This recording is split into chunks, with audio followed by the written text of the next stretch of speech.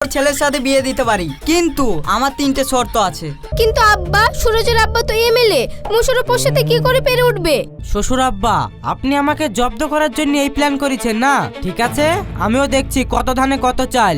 মোশাররফ, তুমি কাজটা যতটা সহজ ভাবছো ততটা সহজ না।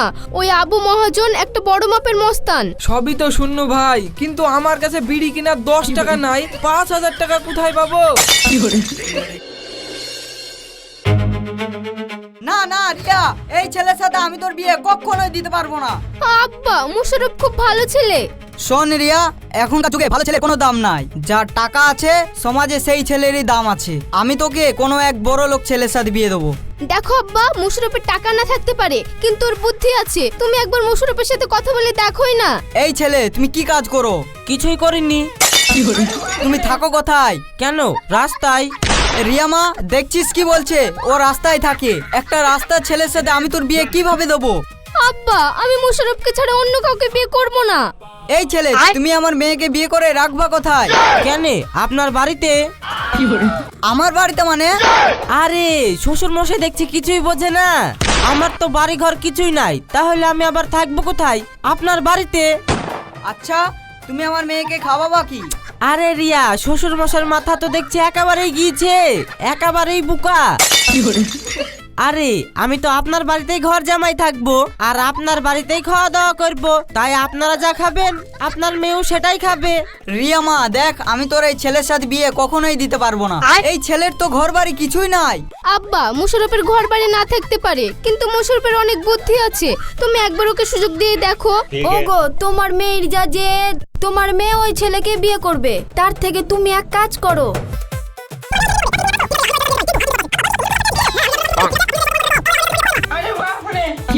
ঠিক আছে রিয়া, আমি তোর এই ছেলের সাথে বিয়ে দিতে পারি, কিন্তু আমার 3টে শর্ত আছে। আব্বা, বলো কি শর্ত? মোশাররফ তোমার সব শর্তেই রাজি। কি মোশাররফ? হ্যাঁ, আমি রিয়ার জন্য সবকিছু করতে পারি।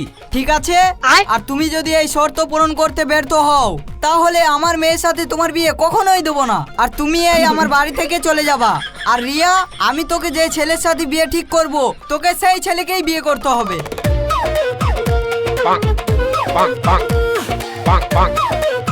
ঠিক আছে আব্বা, আমরা রাজি। ঠিক আছে, আমি তোদের কাল শর্ত দেবো। শ্বশুর আব্বা, তাহলে এখন আমি কোথায় যাব? কোথায় আবার যাবা? তুমি এই বাড়িতেই থাকবা, তুমি তো এই বাড়ির হবু জামাই। ঠিক আছে ঠিক আছে, এই রিয়া মা, তুই ওর ঘরটা দেখে দে। চলো যান, আমি তোমাকে তোমার ঘরটা দেখিয়ে দিই। এই ছাড় ছাড় ছাড় ছাড়, তোকে নিয়ে যেতে হবে না। এই আমি না, তুমি মুশারফকে লিগি ওর ঘরটা দেখিয়ে দাও।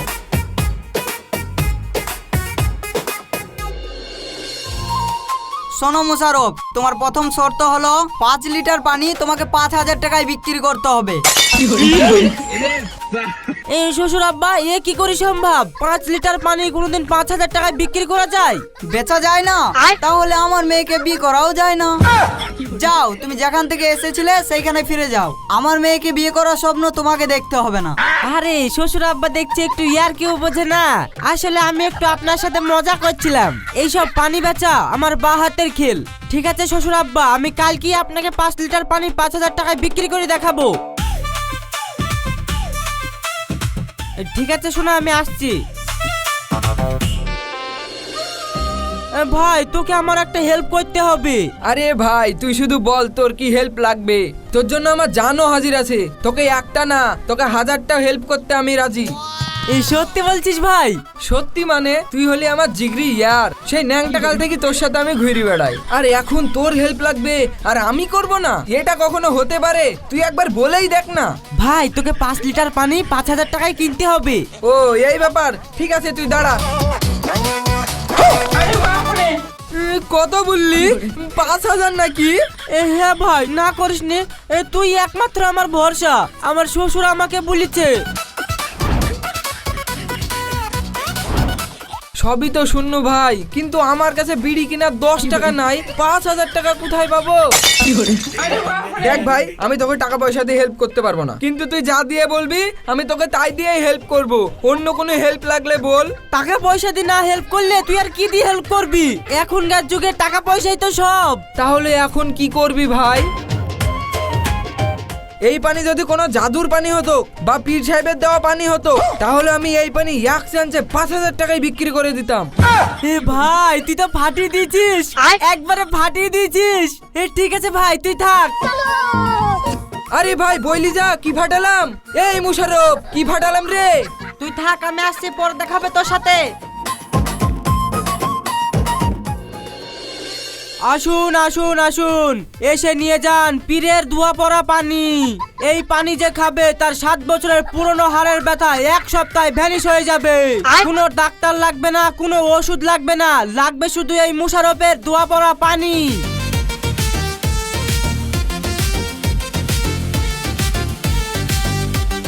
আরে ভাই তুমি কি এসব উল্টো পাল্টা কথা বলছো? পানি খেয়ে হাড়ে ব্যথা সারে নাকি? আরে ভাই এ তো দেশে পানি না, এ হলো পীরের ধোয়া পড়া জাদুই পানি। ভাই সত্যি সত্যি এই পানি খেয়ে হাড়ের ব্যথা সেরে যাবে? হ্যাঁ ভাই, তাহলে আর বলছি কি? তাইলে ভাই আমাকে 1 গ্লাস দাও দেখি।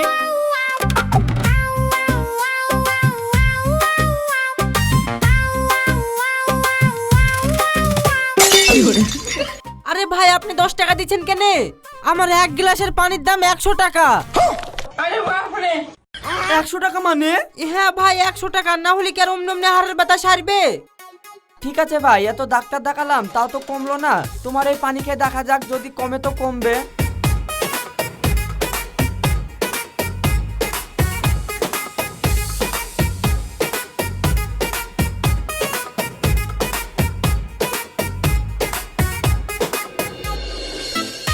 আব্বা, মুশারফ তো তোমার প্রথম শর্তে পাশ হয়ে গেল, এবার তোমার দ্বিতীয় শর্ত বলো। হ্যাঁ শ্বশুর আব্বা বলেন। না, এ তো আমার প্রথম শর্তে পাস হয়ে গেল। এর জন্য অন্য কিছু ভাবতে হবে। শোনো, তুমি আজকে খুব খাটাখাটনি করেছো, তাই এখন আমি তোমাকে কোনো শর্ত দেব না। আমি তোমাকে কালকে শর্ত দেবো, ঠিক আছে? তুমি এখন তোমার ঘরে যাও। ঠিক আছে।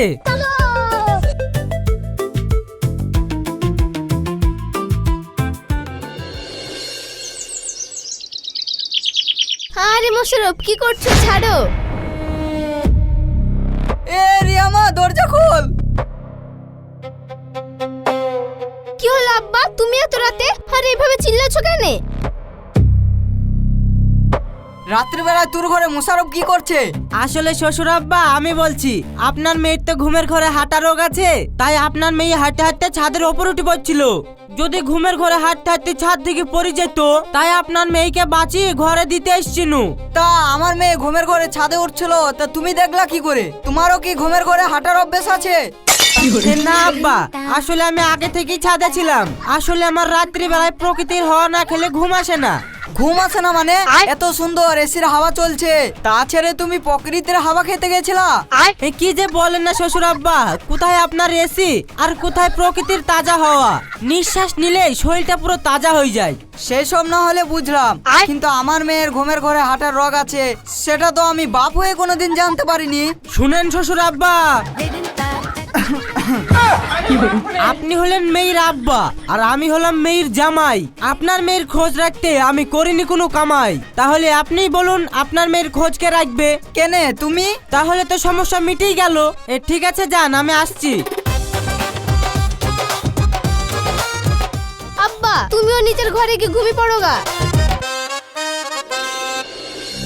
মুশারফ শোনো, আজ থেকে 10 বছর আগে আমি আবু মহাজনের কাছ থেকে আমার জমি বন্ধক দিয়ে কিছু টাকা ধার নিয়েছিলাম। সেই টাকা দিয়ে দেওয়ার পরেও সে আমার জমির দলিল ফিরিয়ে দিচ্ছে না, তাই ওই জমির দলিল তোমাকেই ফিরিয়ে আনতে হবে। এইটাই হলো আমার দ্বিতীয় শর্ত। এগুলো ব্যাপার, আমি এক্ষুনি যাব আর আপনার সব জমির দলিল এক্ষুনি ফেরত নিয়ে চলে আসবো। মুশারফ, তুমি কাজটা যতটা সহজ ভাবছো ততটা সহজ না। ওই আবু মহাজন একটা বড় মাপের মস্তান। আরে রিয়া, তুমি কোনো চিন্তা করো না, তোমার জন্য আমি সব করতে পারি। শালা, একবার তুই তো যা, তবেই তো বুঝতে পারবি কত ধানের কত চাল। ঠিক আছে বাপ, তাহলে তুমি তোমার কাজ শুরু করো।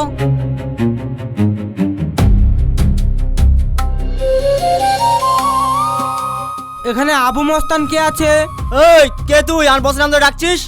এই চুপ, বারাহে একদম চুপ।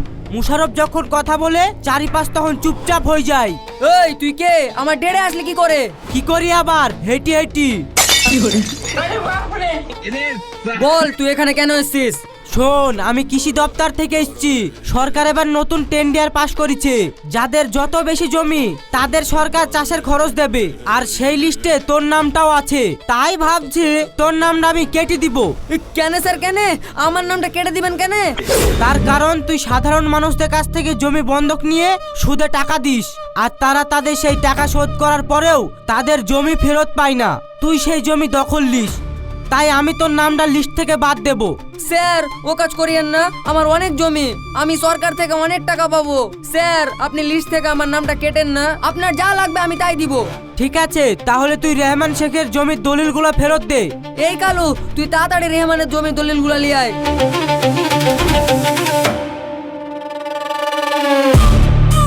ঠিক আছে, তোর নাম আর বাতিল যাবে না।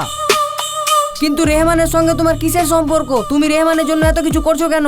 রেহমানের জামাই আমি।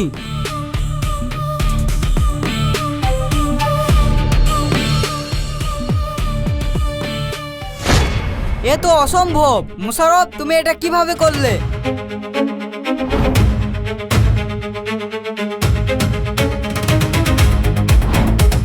আব্বা, তোমার 2 নম্বর শর্ত তো মোশারফ পূরণ করে ফেললো, এবার তোমার 3 নম্বর শর্তটা বলো। আমার লাস্ট শর্ত আমি কালকে জানাবো।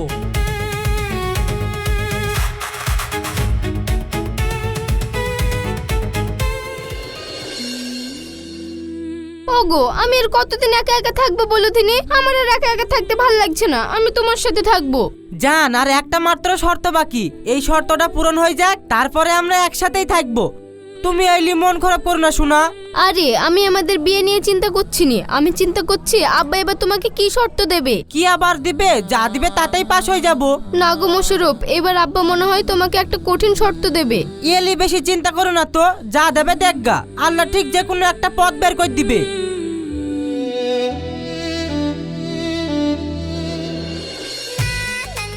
আরে আরে এটা কে? মনে হচ্ছে আসমান থেকে চাঁদ নেমে এসেছে। কি ব্যাপার, আজকে তোমাকে এত সুন্দর লাগছে? বুড়ো বয়সে ভীমরতি করো না। আরে ভীমরতি করতে যাবো কেনে? যেটা সত্যি সেইটাই বললাম। ও সত্য মিথ্যা বলে কোনো কাজ নাই। ওই ছেলেকে কি করে বাড়ি থেকে তাড়াবা সেই প্ল্যান করো, আর না হলে ওই ছেলের সাথে তোমার মেয়ের বিয়ে দিয়ে দাও। কি বললা? ওই ছেলের সাথে আমি আমার মেয়ের বিয়ে দেবো বলে কিন? অসম্ভব, এটা কখনোই হতে পারে না। তোমাকে একবার বেকার লাগছে। ও এতক্ষণ আমাকে আসমানে চাঁদ লাগছিল, আর এখন বেকার লাগছে? মনে রেখো, আমার মন বলছে ওই ছেলেই হবে তোমার জামাই। হ্যাঁ আমিও দেখছি ওই শালা কিভাবে আমার জামাই হয়।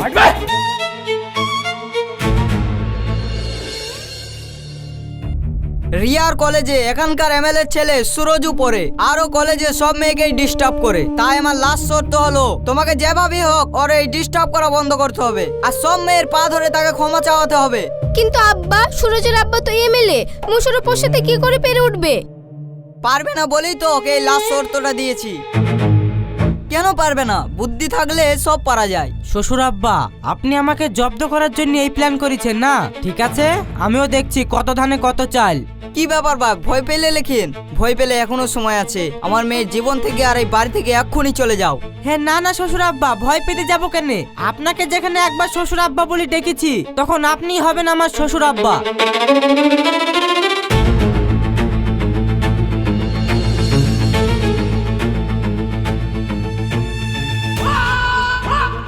কি গো সুন্দরী, কোথায় যাচ্ছো? আমাদেরকে একটু নিয়ে চলো।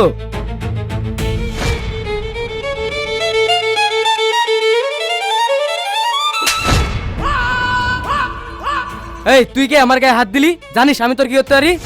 জানি জানি, তুই এমএলএ শরীফুলের ছেলে, আর এটাও জানি তোর বাপ তোকে কোনো শিক্ষা দেয়নি। শালা তোর কিছু বলি?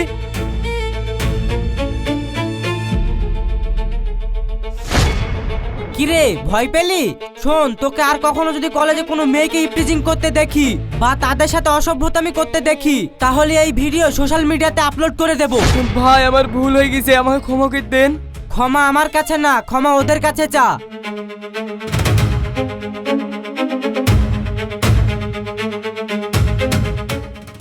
শোন, আর কোনোদিন যদি দেখেছি তুই মেয়েদের ইপ্রিজিং করেছিস, তাহলে এই ভিডিওটাও ইন্টারনেটে ছেড়ে দেব, আর বড় করে হেডলাইন আসবে যে একজন এমএলএ ছেলে হয়েও মেয়েদের কাছে ক্ষমা চাইছে।